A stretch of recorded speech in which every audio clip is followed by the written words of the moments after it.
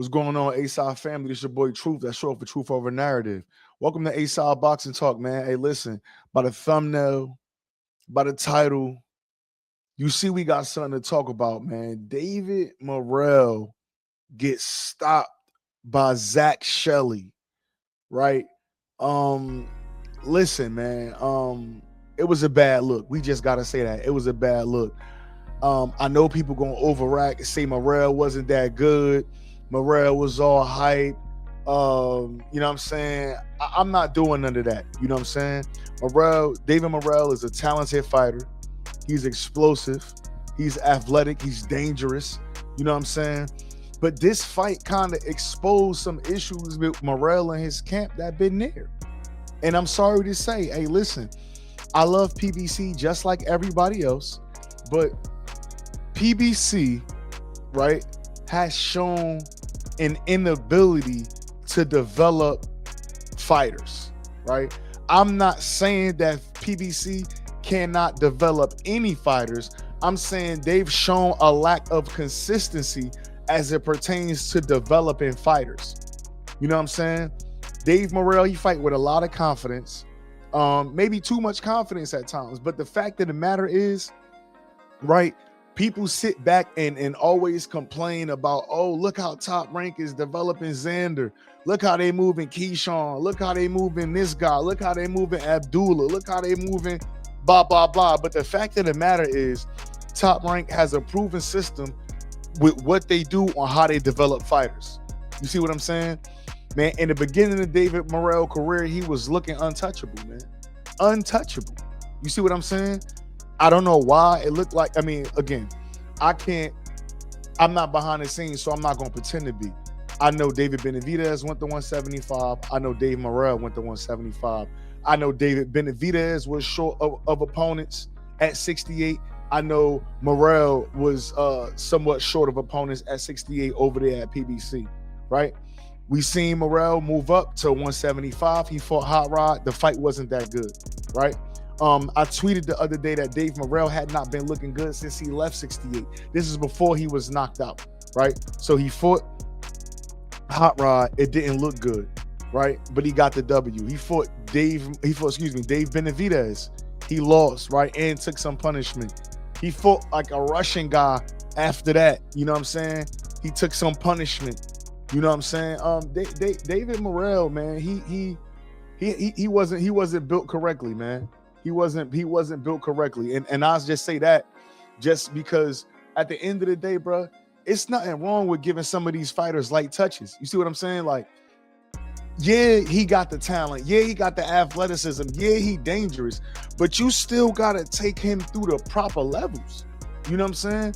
Like, it seemed like PBC was so ready for Dave Morrell to be a star that they bought into the hype themselves. You know what I'm saying? But either way, you know what I'm saying? I think part of the problem with Dave Morrell, I'm going to just make a couple points. Number one, Dave Morrell fight like he can hurt everybody, right? And as a trainer, as a coach, as a whatever who in a corner, you do want your fighter to fight like he can hurt people. Like, that's not something that you don't want. But he fight with a lot of confidence and maybe too much confidence sometimes, right?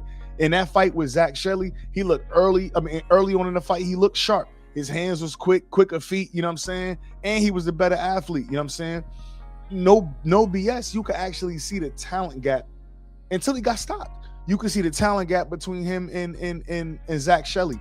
But the problem was, like I said earlier, he fought in spots. So he'd have a moment where he looked like, oh my God, he's so good. But then he'd kind of sit back and just kind of let the rest of the fight like happen almost. You know what I'm saying? Another issue is he was fighting a guy like Zak Chelli who didn't fold. He didn't bend. He wasn't there to go home. Yes, he was a short, late replacement, but Zak Chelli was not there to go home. You know what I'm saying? And you got to give him credit. You know what I'm saying? A lot of guys come into fights with dudes that's punches and dudes that could crack, especially on short notice, and they fold up. They come in already ready to lose. You know what I'm saying? Zak Chelli he didn't care about who Dave Morrell was. He wasn't impressed with the athleticism. He didn't care about the power. He kept trying to walk him down. He kept touching the body. He kept making Morrell work. You know what I'm saying? And so again, you got to give credit to Zak Chelli. You know what I'm saying? And as he was doing this, now we seeing mistakes by Morrell. Morrell pulling back in straight lines. You know what I'm saying? You starting to lay on the ropes too much, right? He don't know when to guard, when he don't know how to properly catch that overhand right that Chelli was throwing. You know what I'm saying?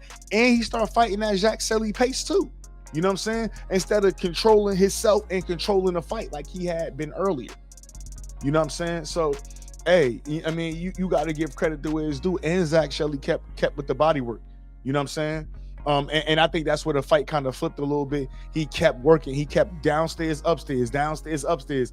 He invested in the body even when he was losing. You see what I'm saying? This is how you turn a fight around. Zak Chelli was invested in Morrell's body. He was going downstairs. He was going upstairs. And he was still losing those rounds. You see what I'm saying? A lot of people only watch the headshots. You know what I'm saying? But I don't want to say Zak Chelli's a pressure fighter, but at the same time, bro, a person that's in Zak Chelli position, he did exactly what he wanted to do. He tried to get to the body to break the legs down. Once you break the legs down, you are more so in control of the movement. And then a guy who's super explosive, he's not that anymore. You know what I'm saying? And when Morrell slowed down, he was able to touch him. He was having slight success in the middle of that. But once he really slowed Morrell down in them later rounds, and he finally landed that overhand that he was looking for, and he really hurt Morrell. You know what I'm saying? He had him where he wanted. But again, that was a product of Dave Morrell not fully taking control of the fight. You know what I'm saying? Another issue, Dave Morrell defense still got holes, bro.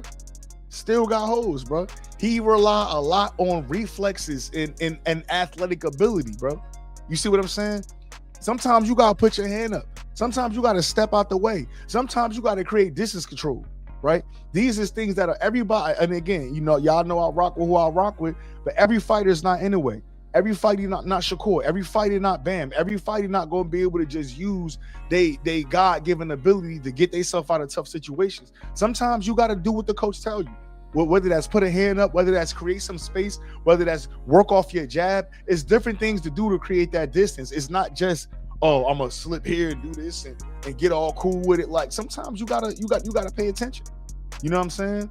And I don't know, man. I think I'm not sure if this fight could help Morrell long term, because like where does he go from here? He already fought the Benavidez's of the world. He already fought those mid-tier fighters and been hurt. Now we see him get stopped by Zak Chelli, right? I feel like Morrell got a long way to climb after this. You know what I'm saying? But at the end of the day, let's be honest. This the reason why boxing beautiful, right? Everybody got a plan until somebody in there punching back, right? Myself, just like everybody else, I thought this was going to be an easy fight for Morrell. I thought he was going to go on there in Queensberry, make it look cool. You know what I'm saying? Go ahead and fight Callum Smith and work his way back into that 175 title picture, man. But now you got a guy he got to go back home, pause. He got to lick his wounds and he got to recoup from this. You know what I'm saying? Where we go from here with Morrell, I don't know, right? Is Zak Chelli a world beater? I don't think so. You know what I'm saying? Zak Chelli came in believing that he belonged and he stayed mentally tough.